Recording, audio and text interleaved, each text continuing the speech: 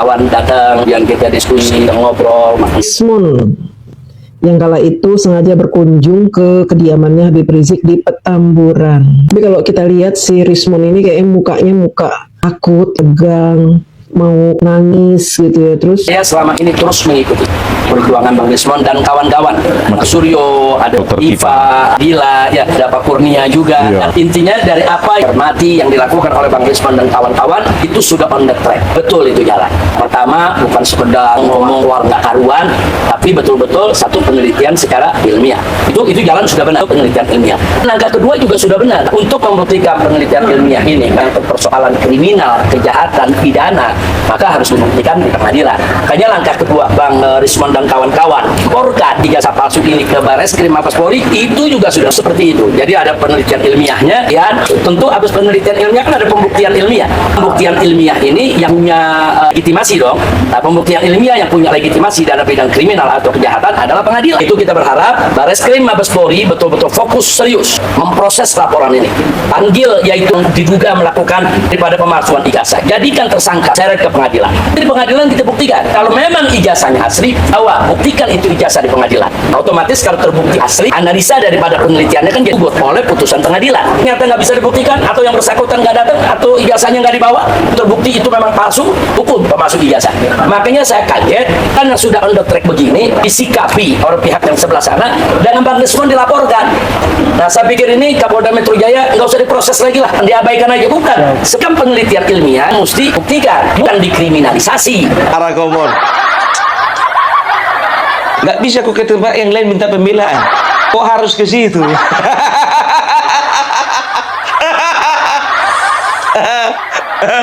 Si Rismon ini minta pembelaan karena apa? Karena dia ngadu-ngadu sama si Habib, karya ilmiahnya atau penelitian ilmiahnya dikriminalisasi. jalan yang benar. Bisa-bisanya loh ya si Bibib itu menuduh kriminal, pidana, kriminal. Pak Jokowi itu dikriminalisasi oleh mereka loh. Ya, kalau mereka menuduh Pak Jokowi mengkriminalisasi Rismon dan kawan-kawan, padahal mereka yang mengkriminalkan Pak Jokowi. Luar biasa memang di negeri ini, yang bikin ijazah dituduh palsu, yang benar malah dilaporkan. Dan sekarang ketika mantan Presiden Jokowi mulai menunjukkan taringnya, yang bersembunyi di balik narasi fitnah mulai gelagapan. Lucunya lagi, Roy Suryo, yang biasanya sok tahu soal segala rupa dari candi sampai caption, kali ini malah bicara soal keberanian. Padahal yang paling ketakutan justru dia sendiri. Jadi begini, hari ini bukan soal siapa paling lantang, tapi siapa paling konsisten. Dan Jokowi, mantan presiden yang selama ini diam, sabar, dan terus diserang dengan tudingan konyol, akhirnya melawan. Lewat jalur hukum, bukan jalur drama. Dan itu justru menunjukkan kelas, bukan pencitraan murahan. Apa yang dilakukan Jokowi dengan melaporkan para penyebar hoaks ijazah palsu ke Polda Metro Jaya adalah sinyal yang jelas. Cukup sudah permainan kotor ini. Cukup sudah narasi busuk yang terus dipelihara. Dan cukup sudah para pengecut politik yang berlindung di balik akun anonim atau mikrofon media. Termasuk Roy Suryo. Roy ini kalau bicara soal berani, harusnya dia ngaca dulu. Karena berani itu bukan soal banyak bicara di Twitter. Berani itu bukan soal menantang mantan presiden seolah-olah dirinya bersih. Berani itu adalah menghadapi hukum dengan kepala tegak saat dipanggil, bukan sibuk cari panggung untuk menutupi ketakutan sendiri. Kita tahu narasi soal ijazah palsu Jokowi itu sudah dijadikan alat politik murahan sejak bertahun-tahun lalu. Sudah diuji di pengadilan, sudah dijelaskan berkali-kali oleh institusi resmi, tapi tetap saja dipelintir. Kenapa? Karena mereka tidak punya bahan lain. Karena satu-satunya cara menjatuhkan Jokowi adalah dengan membuatnya terlihat buruk di mata publik. Dan ini bukan sekadar soal ijazah. Ini tentang bagaimana musuh politik menggunakan stigmatisasi sistematis, untuk menjadikan Jokowi sebagai musuh bersama. Common enemy. Musuh bersama yang sengaja dibentuk, dipoles, disebarkan, supaya ada alasan untuk menyerang, supaya ada alasan untuk menggiring opini. Coba pikir. Jokowi disebut pengecut. Tapi siapa yang mundur dari debat? Siapa yang kabur saat ditentang buka data asli? Siapa yang menggonggong dari jauh tapi tiarap waktu diajak tabayun? Jokowi disebut pemecah anak bangsa. Tapi siapa yang terus-menerus menyulut sentimen sektarian, menyebar fitnah, dan menolak hasil demokrasi ketika kalah? Jokowi disebut tidak punya harga diri. Tapi siapa yang menjual akal sehat demi kekuasaan sesaat? Siapa yang mendadak agamis saat pemilu, lalu hilang arah ketika jabatan tak kunjung datang? Mereka tahu Jokowi punya simpati besar dari masyarakat. Dari rakyat biasa yang merasakan langsung pembangunan. Dari petani, nelayan, pedagang, sampai buruh. Bukan karena Jokowi sempurna, tapi karena dia nyata bekerja. Dan semakin dia diserang, semakin dia dihina, semakin rakyat tahu siapa yang panik. Dan ini yang tidak mereka perhitungkan. Semakin besar serangan terhadap Jokowi, semakin besar pula dukungan yang muncul. Bukan dari elit, tapi dari akar rumput. Dari mereka yang jenuh dengan politik kebencian. Dari mereka yang sudah muak dengan narasi hoaks yang diulang-ulang demi kepentingan pribadi. Kalau Roy Suryo dan kawan-kawan merasa punya bukti, silakan ke pengadilan. Jangan bersembunyi di balik retorika murahan. Karena saat Jokowi memilih jalur hukum, itu bukan karena takut, tapi karena sudah terlalu lama dibiarkan, dan sekarang waktunya mengakhiri kebohongan. Dan kalau masih ada yang berani bilang ini soal nyali, mari kita tanya balik. Siapa yang gentar sekarang? Ini bukan soal suka atau tidak suka. Ini soal etika berpolitik. Ini soal tanggung jawab publik. Dan ini soal menjaga marwah demokrasi yang tidak boleh dikotori oleh kebohongan. Jadi, narasi soal Jokowi pengecut, pemecah bangsa, tidak punya harga diri, itu semua bukan kritik, itu fitnah. Dan fitnah tidak pernah punya tempat dalam demokrasi yang sehat. Jokowi melawan bukan karena marah, tapi karena cukup sudah. Jokowi tidak hanya melaporkan, dia sedang memberi pelajaran. Pelajaran kepada mereka yang selama ini merasa kebal. Yang mengira, kalau bicara di media sosial seenaknya, pakai embel-embel kritikus atau pengamat, maka mereka bebas dari tanggung jawab hukum. Dan Roy Suryo, yang paling vokal soal ijazah Jokowi, sedang duduk di meja yang sama dengan konsekuensi. Bukannya klarifikasi, dia malah cari panggung. Malah menantang balik Jokowi seolah-olah dia punya pelindung. Padahal, sejujurnya, Roy tahu dia sedang dikejar waktu. Coba perhatikan baik-baik. Sejak laporan ini mencuat, ekspresi Roy berubah. Nada bicaranya lebih defensif. Bahkan mulai lempar tanggung jawab, mulai pakai narasi kita hanya bertanya, ini demokrasi, jangan alergi kritik. Tapi maaf, itu bukan kritik. Itu framing. Itu manipulasi. Itu fitnah. Dan negara ini sudah terlalu lama disandera oleh para penyebar fitnah yang bersembunyi di balik tameng demokrasi. Mereka yang merasa berhak membusukkan reputasi siapa saja asal berbeda pilihan politik. Yang dijadikan korban kali ini Jokowi. Tapi kita tahu, yang mereka incar sebenarnya adalah pengaruhnya. Pengaruh besar yang masih melekat kuat bahkan setelah tak lagi menjabat. Karena itu, fitnah ijazah palsu itu bukan cuma serangan ke pribadi Jokowi, tapi serangan terhadap akal sehat publik. Dan ketika akal sehat dilawan dengan fitnah, maka demokrasi kita masuk jalur tol menuju kehancuran. Coba tanya, siapa yang menikmati ketika fitnah seperti ini menyebar? Bukan rakyat, tapi segelintir elit politik yang sakit hati, yang tak sanggup bersaing secara sehat lalu memilih jalan kotor, yang masih merasa dendam karena gagal mengalahkan Jokowi di panggung yang sah, yakni pemilu. Dan mereka pakai siapa? Ya itu saja, Roy Suryo dan barisan sakit hati yang terus mencari celah menyerang. Tapi setiap kali mereka mencoba naik panggung, mereka lupa bahwa rakyat hari ini jauh lebih cerdas. Publik sekarang tak sebodoh yang mereka kira. Fitnah yang berulang justru membuat mereka kehilangan simpati. Dan Jokowi, semakin mereka serang, semakin banyak yang berdiri di belakangnya. Jokowi tidak membalas dengan kata-kata kasar, tidak menyerang pribadi, tidak pakai framing licik. Tapi ia memilih jalur hukum. Karena negara hukum tidak boleh dikuasai oleh kebisingan opini yang kosong bukti. Ini adalah panggilan bagi para political hoaxer. Jika kalian masih terus main-main dengan fitnah, maka bersiaplah menghadapi konsekuensi hukum. Dan jika Roy Suryo merasa dirinya paling tahu soal hukum, silakan tunjukkan itu di pengadilan. Jangan di depan kamera, jangan pakai gaya-gaya pahlawan kesiangan. Ini lebih dari sekadar membela Jokowi. Ini soal melawan cara berpolitik yang busuk, yang menghalalkan fitnah demi kepentingan sempit.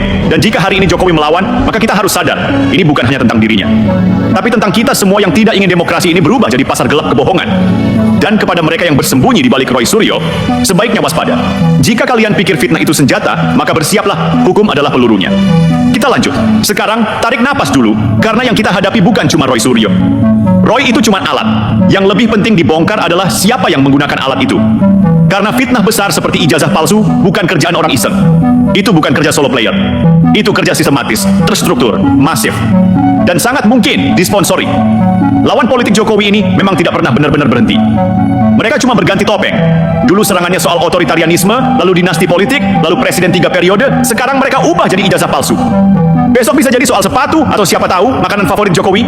Absurd, memang, tapi ini nyata. Kenapa? Karena mereka tidak punya bahan. Karena mereka kehabisan amunisi. Dan ketika tak bisa menang lewat gagasan, maka yang mereka lakukan adalah menyerang reputasi. Dan ingat baik-baik, reputasi Jokowi adalah aset politik yang paling menakutkan bagi lawan-lawannya, karena keduanya mewakili stabilitas. Keduanya menjadi simbol keberlanjutan. Dan bagi oposisi yang sudah frustasi dan kehabisan skenario, ini bahaya besar. Gibran bukan hanya anak Jokowi, dia juga figur muda yang disukai massa. Apalagi generasi milenial dan Gen Z. Dan ini momok buat mereka. Mereka tahu kalau Gibran stabil di kekuasaan 5 tahun ke depan, maka jaringan politik Jokowi tidak mati. Maka poros kekuatan Jokowi akan tetap hidup. Dan di situ harapan mereka untuk revans politik akan terkubur total. Makanya mereka panik. Makanya mereka beringas, mereka pikir, dengan menyerang Jokowi maka kepercayaan publik akan luntur. Padahal kebalikannya. Semakin sering mereka memfitnah, semakin banyak masyarakat membandingkan. Mana yang kerja, mana yang cuma nyinyir, mana yang bikin jalan, mana yang bikin rumor, mana yang selesaikan konflik Papua, mana yang suka bersembunyi di Twitter. Dan jawabannya jelas, rakyat tidak butuh drama, rakyat butuh kerja. Itulah kenapa setiap serangan ke Jokowi tidak pernah membuahkan hasil. Karena narasi mereka kosong, tidak disertai fakta, hanya emosi, hanya kebencian. Roy, kalau benar mau jadi penegak kebenaran, datangi Polda. Hadapi laporan.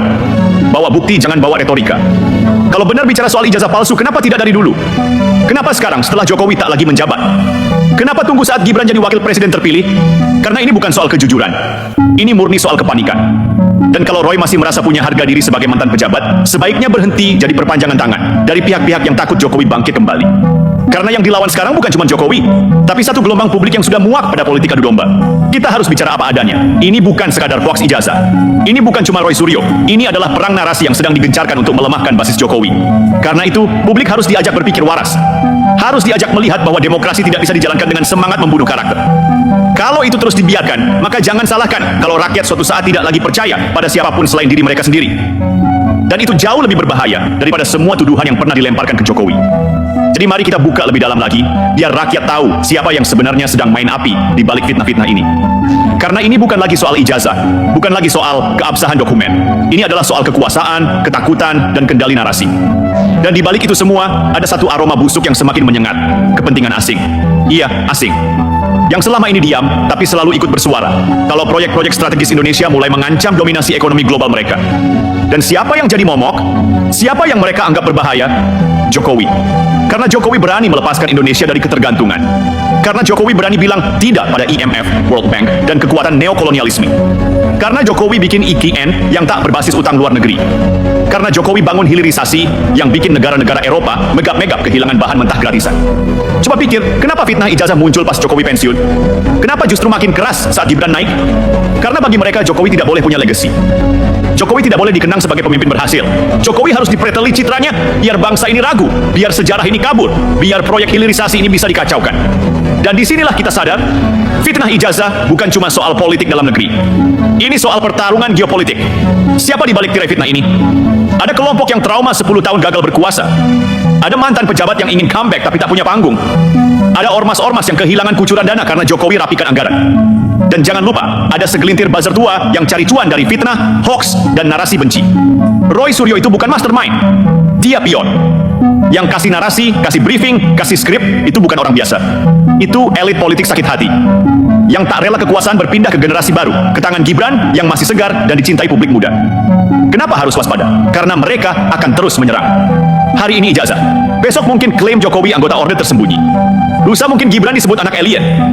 Dan publik akan terus dibombardir dengan omong kosong yang dibungkus kata-kata serius. Itulah senjata utama politik pasca kebenaran, post-truth. Ulangi kebohongan 1000 kali, biarkan viral, lalu tunggu sampai publik kebingungan. Dan kalau publik sudah bingung, itulah saat para dalang mengambil alih wacana. Tapi mereka salah target. Karena Jokowi bukan tipe pemimpin yang kabur dari fitnah, dia lawan, dia laporkan. Dan dengan itu dia ajarkan satu hal, bahwa demokrasi bukan tempat main fitnah. Kalau fitnah jadi senjata, maka demokrasi akan hancur bukan oleh senjata militer, tapi oleh mulut kotor dan jari yang ringan mengetik kebohongan. Kesimpulan sementara, fitnah ijazah palsu adalah proyek sistematis. Roy Suryo cuma aktor figuran. Ada kekuatan politik dalam dan luar negeri yang ingin menghapus legasi Jokowi. Gibran adalah ancaman masa depan bagi elit tua karena ia melanjutkan visi ayahnya. Rakyat harus waspada, karena setiap narasi yang disebar punya agenda tersembunyi. Sekarang mari kita buka permainan kelas kakapnya. Karena kalau bicara tentang Jokowi, kita tidak lagi bicara tokoh politik lokal. Kita sedang bicara tentang figur sentral tatanan baru Asia Tenggara. Kita bicara tentang pemimpin yang berhasil mendobrak sistem global yang selama ini merugikan negara-negara berkembang. Dan itulah masalahnya, karena sejak Jokowi memulai hilirisasi, menolak Freeport sepenuhnya dikuasai asing, menantang mafia migas, hingga menciptakan poros kerjasama global yang tidak sepenuhnya tunduk pada Barat. Saat itulah tanda merah ditempel di dahinya. Dia terlalu mandiri untuk didiamkan. Lalu siapa yang merasa rugi? Lembaga think tank asing yang kehilangan pengaruh di istana. Investor besar dari negara-negara industri yang terganggu karena bahan mentah tak lagi bisa diangkut bebas. Organisasi internasional yang frustasi karena rekomendasi mereka tidak lagi ditelan mentah-mentah. Lalu siapa yang mereka temui? politikus lokal yang kalah pemilu, LSM yang kehilangan funding, media tertentu yang ingin eksis dan jadi alat kampanye. Dan tentu saja, para mantan pejabat dan aktivis tua yang kebelet panggung. Maka lahirlah konsorsium baru. Konsorsium sakit hati dan asik. Keduanya sepakat, kita hajar Jokowi. Biar warisannya runtuh, biar Gibran tidak punya landasan kuat, dan biar publik Indonesia lelah dengan narasi pembangunan. Kenapa mereka takut pada Gibran? Karena Gibran muda. Gibran tidak bisa dikendalikan elit lama. Gibran tahu permainan mereka, tapi tidak terlibat di masa lalu. Gibran dianggap ancaman karena ia simbol keberlanjutan Jokowi. Bukan karena dinasti, tapi karena keberlanjutan jalur nasionalisme modern. Kembali ke fitnah ijazah, kenapa mereka gunakan itu? Karena ini senjata yang paling sederhana dan murahan, tapi efektif untuk publik awam. Apalagi disebar di media sosial, pakai akun-akun palsu dan YouTube abal-abal. Padahal bukti hukumnya sudah jelas, ijazah itu sah dan sudah diverifikasi berulang kali oleh pihak kampus, pengadilan, bahkan KPU. Tapi mereka tetap putar ulang fitnahnya. Karena targetnya bukan membuktikan benar salah, targetnya adalah membangun keraguan. Dan kalau rakyat ragu, mereka berharap narasi besar tentang Jokowi sebagai pemimpin bersih akan runtuh. Sayangnya mereka salah besar. Semakin mereka menyerang, semakin rakyat paham. Semakin Roy Suryo dan gerombolannya teriak, semakin rakyat sadar. Ini bukan soal ijazah, ini soal politik busuk. Buktinya, lihat komentar rakyat di media sosial. Lihat gelombang dukungan di akar rumput. Lihat bagaimana mantan-mantan pejabat netral ikut bicara, membela dengan data. Jokowi hari ini bukan hanya pemimpin, Jokowi telah menjadi simbol dari kedaulatan politik nasional. Proyek fitnah ijazah adalah upaya sistematis untuk menghapus legasi Jokowi. Di balik itu ada dua kekuatan besar, elit lokal sakit hati dan kepentingan asing. Serangan terhadap Jokowi adalah sinyal ketakutan mereka terhadap kesinambungan visi nasionalis melalui Gibran. Gibran bukan hanya simbol generasi muda, tapi simbol penerus politik berdaulat. Dan rakyat tidak bodoh. Mereka tahu siapa yang sedang mencoba menjual negeri ini dengan narasi-narasi kotor. Sudah cukup kita jadi bangsa yang gampang digiring. Sudah cukup kita dijadikan pasar empuk untuk berita palsu, fitnah murahan, dan narasi-narasi penuh kebencian yang tidak berdasar. Karena kalau hari ini kita masih saja percaya pada tukang fitnah yang sudah kehabisan cara, besok bangsa ini bukan maju, tapi hancur pelan-pelan dari dalam. Dan ingat satu hal, mereka tidak ingin kita pintar. Mereka tidak ingin rakyat Indonesia bisa memilah mana fakta, mana opini. Mereka ingin kita saling curiga, saling benci, dan akhirnya lupa bahwa kita satu bangsa. Mereka ingin kita benci Jokowi, bukan karena Jokowi salah, tapi karena mereka takut Jokowi benar. Dan karena mereka tidak bisa menghentikan pembangunan, maka yang mereka serang adalah karakter. Tapi hari ini, yang terjadi justru sebaliknya. Semakin mereka menyerang, semakin rakyat melek. Semakin mereka menyebar hoaks, semakin rakyat cerdas memilah berita. Semakin mereka mencaci, semakin kita sadar siapa yang betul-betul bekerja dan siapa yang hanya bisa berisik. Rakyat Indonesia tidak selemah yang mereka kira. Rakyat Indonesia tidak sebodoh yang mereka anggap. Dan Jokowi bukan sekadar mantan presiden, ia simbol, ia pelajaran, ia pengingat bahwa pemimpin itu bukan yang paling pandai bicara, tapi yang paling konsisten bekerja. Karena itu pesan terakhir ini untuk kita semua. Cerdaslah menyerap informasi. Jangan mudah terpancing, jangan jadi corong kebencian. Tanyakan ulang, apa benar ini fakta? Siapa yang menyebarkannya? Apa tujuannya? Kalau ragu, diam lebih bijak daripada ikut menyebar dusta. Karena kalau rakyatnya waras, maka demokrasi akan sehat. Dan kalau demokrasi sehat, tak ada satupun fitnah yang bisa menjatuhkan pemimpin yang benar-benar bekerja. Tetap jaga nalar, tetap jaga akal sehat. Dan ingat, fitnah bisa diproduksi, tapi nurani tak bisa dibohongi. Salam untuk rakyat Indonesia yang makin cerdas, makin kuat, dan makin sadar. Karena inilah modal kita melangkah ke masa depan yang lebih terang. Indonesia maju bukan karena orang teriak paling kencang, tapi karena orang yang mau bekerja dalam diam.